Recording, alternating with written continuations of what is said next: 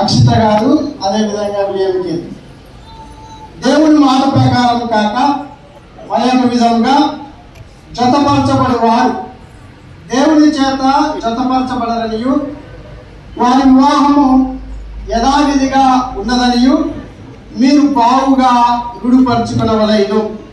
కాబట్టి హృదయ రహస్యములన్నీ బయలుపరచబడు భయంకరమైన విమర్శ దినమందు మీ ఇద్దరు ఉత్తరమేయవలెను.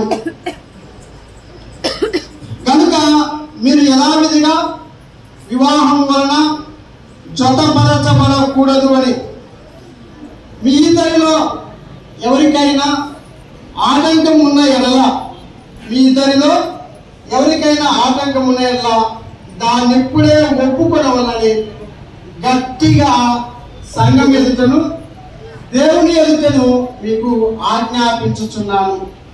విలియం కేరీ ఈ పరిశుద్ధ వివాహంలో మరి అక్షితను నీ యొక్క వధువుగా చేసుకోవడానికి నీకు ఇష్టమేనా? ఇష్టం.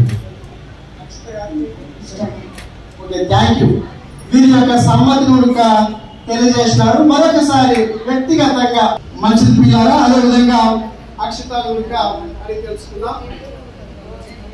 అక్షిత, దేవుని నిర్ణయం చొప్పున పరిశుద్ధ స్థితిలో కూడినటకు ఈ పురుషుణ్ణి నీ భర్తగా చేసుకొని ఈయనకు లోబడి ఈయనను ప్రేమించి ఆదరించి గణపరచి వ్యాధి అందును ఆరోగ్యమందును ఈయనను కాపాడి ఇతరులక మీరిద్దరూ బ్రతుకు కాలం అంతయు ఈయనకు మాత్రమే భార్య అయిందా?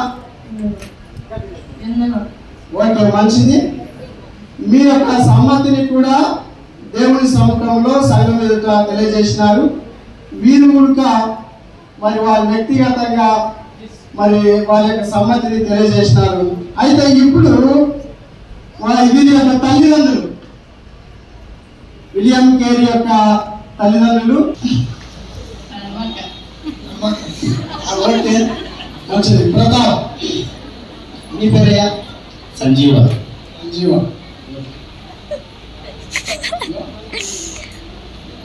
Okay, thank you. Yohan garu, నీ కుమారుడైనటువంటి విలియం కేరీకి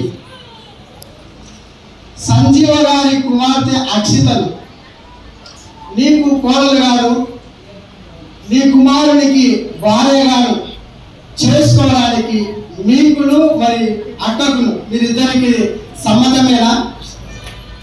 గట్టి చెప్పు. సమ్మతం వినపడిందయ్యా?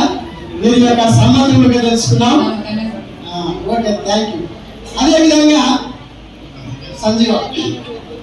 సంజీవ గారు యోహాను కుమారుడైనటువంటి విలియం కేరీకి మీ కుమార్తె అయినటువంటి అక్షితను మరి విలియం కేరీకి భార్యగా ఇవ్వడానికి ఆయనను విలియం కేరీ నీకు అల్లుడిగా చేసుకోవడానికి అమ్మ మీ ఇద్దరికి ఇష్టమేనా?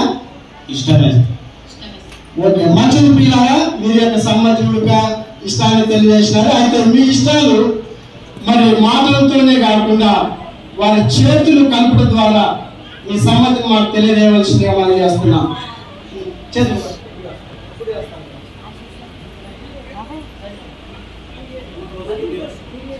ఫోటో తీసుకున్నాయి.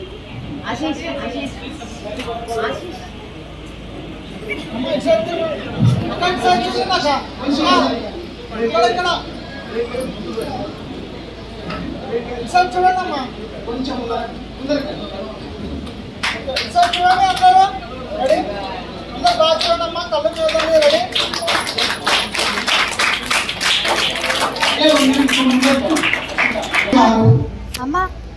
అక్షిత గారి యొక్క